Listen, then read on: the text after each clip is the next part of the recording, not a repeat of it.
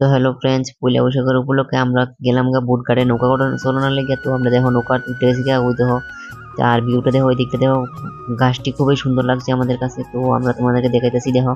হ্যাঁ, আর মানে দিঘিটা যেটাতে পুকুরটা কইতেছি আর কি, তো এটা খুবই বড়।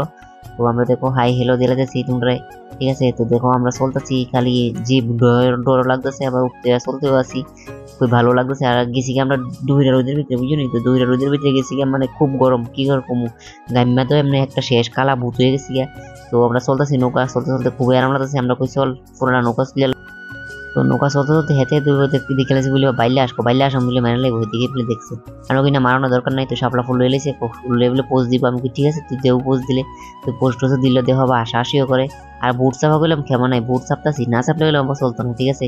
তো চাপতাছি আর শাপলা বুঝতে পারছি, দিতে গেলাম হেরাবার দিকে হই হই করতেছে। তো আমরা কই হই হই করলে গেছি, আবার এদিকে কদ্দুকটা আগে গিয়ে ভাবছি মাছ, ওই দেখো মাছ মেরে রয়েছে। তো হেতারে দোষতে ধরুন আমি কই দেখো তোমার হাতে ভিতরে গন্ধ কনি। পরে দেখতে পাচ্ছি হুঙ্গে হুঙ্গে দেখবো গন্ধ কনি, হ্যাঁ। ও দুপুর ওই দেখো হুঙ্গে দেখে গন্ধ কনি। আমি কই গন্ধ কনি, না না গন্ধ কর না, আতা বললাম গন্ধ কনা বললি। আচ্ছা তুই গেল গা। তুই দেখো তোমরা ফুসকুনটা দেখে বিরাট বড়, হ্যাঁ। তো এখান থেকে পড়লে মানে সাঁতরে আমার মতো সম্ভব না, হ্যাঁ। আর শাপলা তো মনে কি থাকবো প্রচুর পরিমাণ ভর্তি। তো ভিডিওটা কেমন লাগলো তোমরা কমেন্টে একটু জানাইও, হ্যাঁ। আমরা আইসি, খুব ভালো লাগছে, এটা হচ্ছে নৌকাঘাট। হ্যাঁ, যারা তো চিনো তো চিনোই। তো চ্যানেলটা নতুন হলে চ্যানেলটা সাবস্ক্রাইব করো। তো বুইরা গেলে সেটা বাজ্যা মুখা, ওখানে বাইতে পড়ছি, টাটা।